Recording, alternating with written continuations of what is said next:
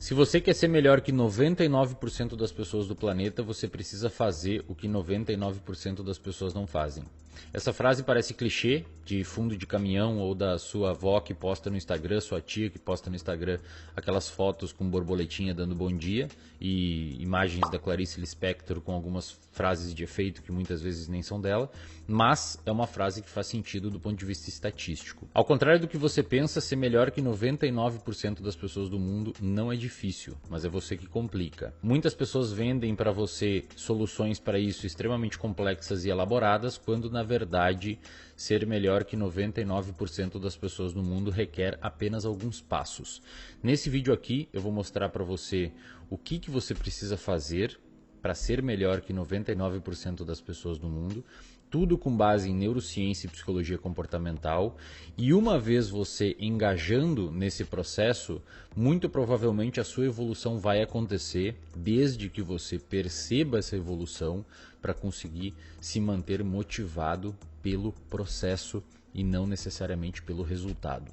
Muitas pessoas entram na academia tentando um shape específico e acabam desmotivando porque depois de 2 dias apenas estão sentindo dores e não estão com o braço daquele atleta que eles tanto admiram.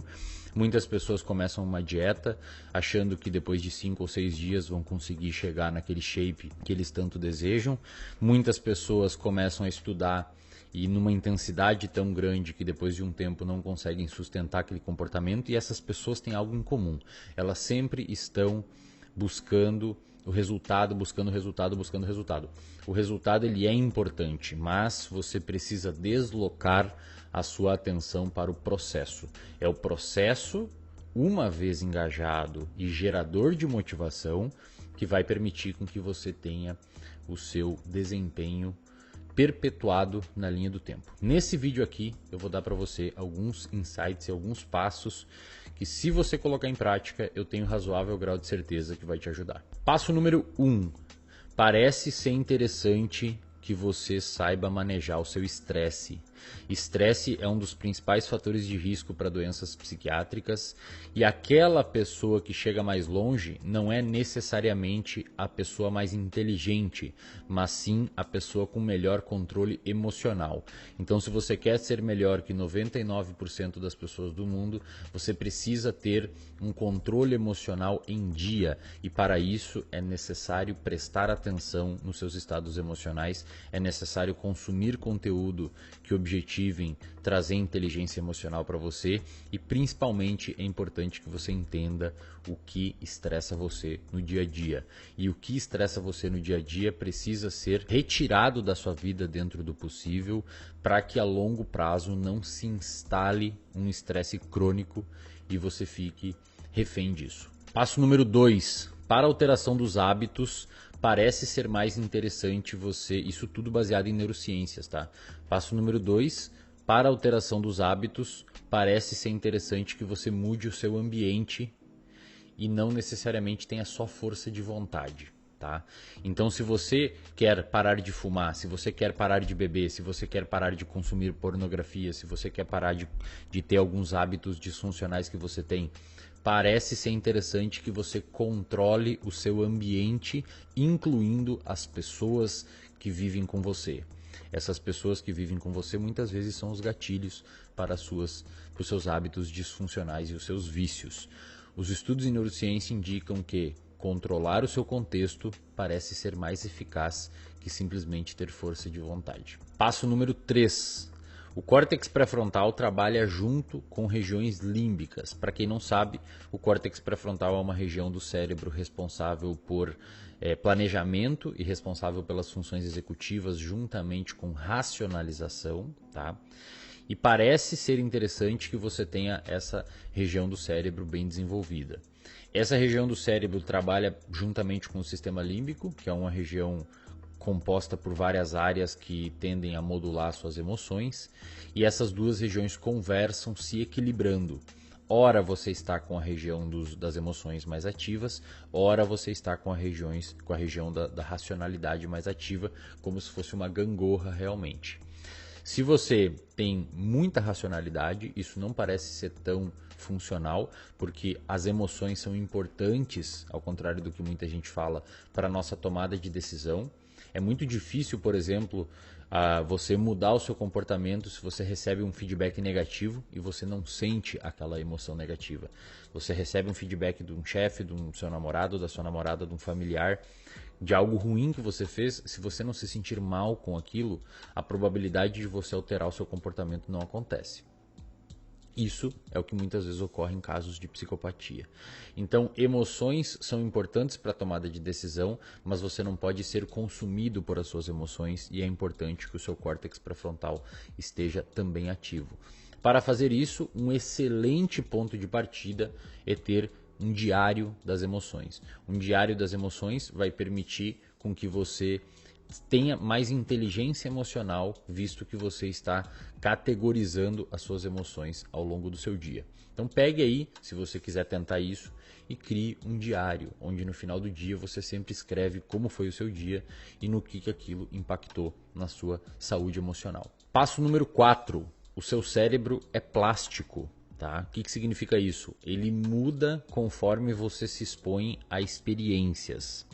Conforme você se submete a novos estímulos, os circuitos cerebrais compostos por neurônios, que são células no seu cérebro, se alteram frente a essa nova experiência. É por isso que quando você usa droga, por exemplo, o fato de você ter usado droga pode alterar os seus circuitos de recompensa, fazendo você ter vontade de usar novamente aquela droga. O mesmo acontece para qualquer outro comportamento. Se você vai à academia, dependendo da sua experiência naquele ambiente da academia, pode ser que você tenha uma propensão a voltar ou a não voltar lá. Então, a consequência que o nosso comportamento gera, presta atenção nessa frase, a consequência que o nosso comportamento gera tende a determinar a probabilidade daquele comportamento acontecer novamente.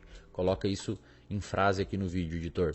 A consequência do seu comportamento aumenta ou reduz a probabilidade daquele comportamento acontecer novamente. Exemplo, você colocou o dedo na tomada e tomou um choque. Você não vai colocar o dedo na tomada de novo. Né? Você saiu com uma pessoa e essa pessoa te machucou um monte ou alguma coisa assim, a probabilidade de você não sair de novo é enorme, caso você não tenha, claro, os benefícios que aquela pessoa trouxe para você em outro momento. Então, você ter noção de que o seu cérebro é plástico permite com que você consiga ter um melhor afunilamento do seu comportamento para a direção que você quer.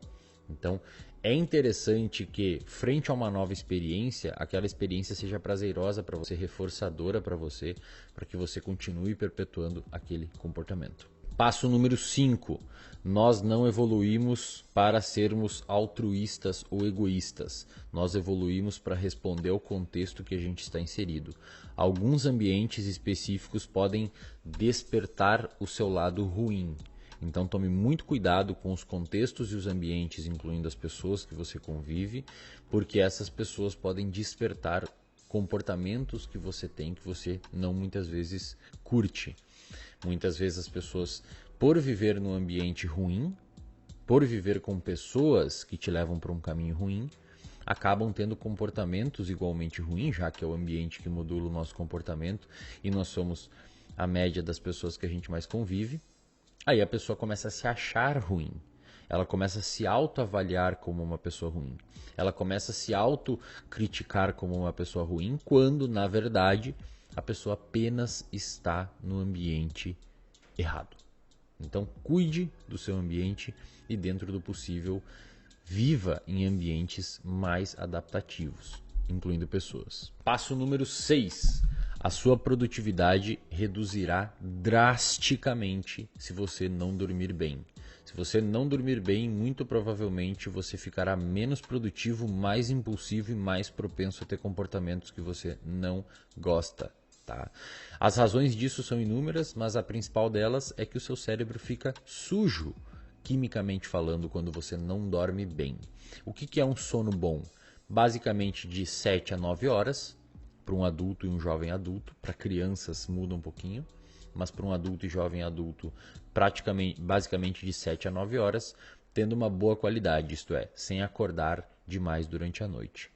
Para isso você precisa fazer uma boa higiene do sono, que eu ensino em outros vídeos aqui no canal, lá no meu Instagram que está aqui na tela, e no reservatório de dopamina, que é um plano de assinatura que eu tenho, que o link está aqui embaixo, no primeiro comentário ou na descrição do vídeo. Então, cuide do seu sono, priorize o seu sono, porque ao contrário do que muitas pessoas falam na internet, dormir não é perder tempo.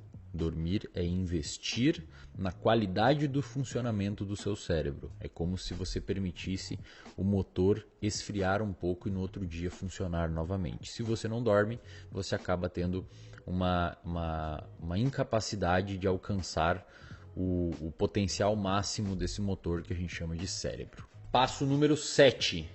Exercício físico não faz bem só para o corpo, ele também faz bem para o cérebro, que é parte do corpo. Diversas pesquisas, e é praticamente um consenso dentro dos estudos em psicologia e neurociência, que o exercício físico de qualquer modalidade, mas os mais estudados são os aeróbicos, mas de qualquer modalidade, ajudam demais no seu controle emocional, na sua autoestima e na sopa química responsável por gerar as emoções em você. Então, se você não tem uma prática regular de atividade física, sugiro fortemente que você priorize isso nas próximas semanas, anos e meses. Passo número 8. Dinheiro é importante. Quem diz que dinheiro não é importante está viajando na maionese. No entanto, até um determinado período, tá? Até uma determinada quantidade.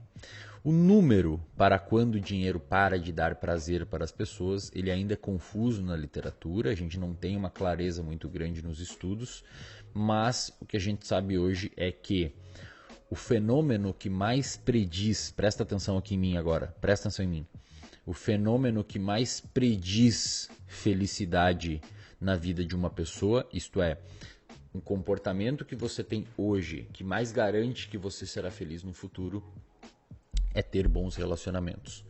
Não são vários relacionamentos, são bons relacionamentos. Ter bons relacionamentos prediz felicidade na idade avançada, na velhice, na idade adulta.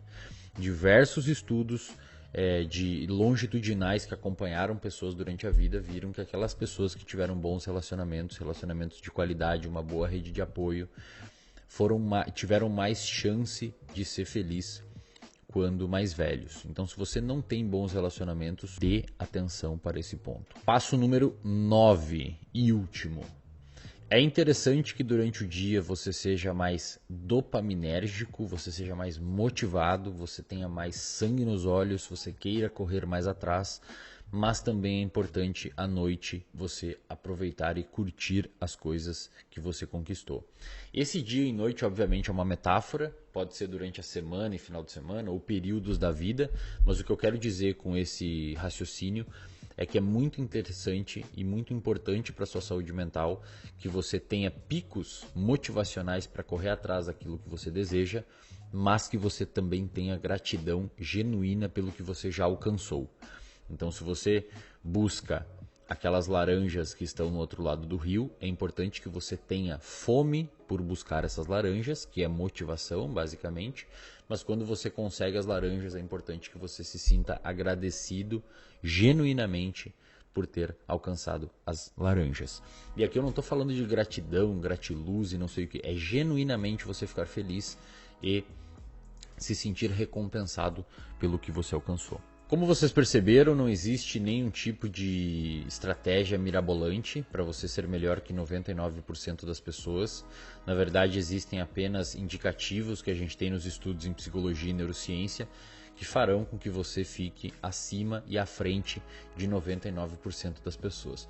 Perceba que em momento algum eu falei que você vai conseguir mais dinheiro, em momento algum eu falei que você vai conseguir ser mais forte, em momento algum eu falei que você vai ter uma casa melhor, em momento algum eu falei que você vai comprar uma Ferrari. Eu apenas estou falando que ser melhor que 99% das pessoas do mundo é simplesmente ter saúde mental para você desempenhar as tarefas que trazem sentido à sua vida. Vocês ficam buscando coisas sem sentido e a vida fica vazia, mesmo muitas vezes com dinheiro. Então, se você quer ser melhor que 99% das pessoas do mundo, basta você entender que a satisfação está nas coisas simples.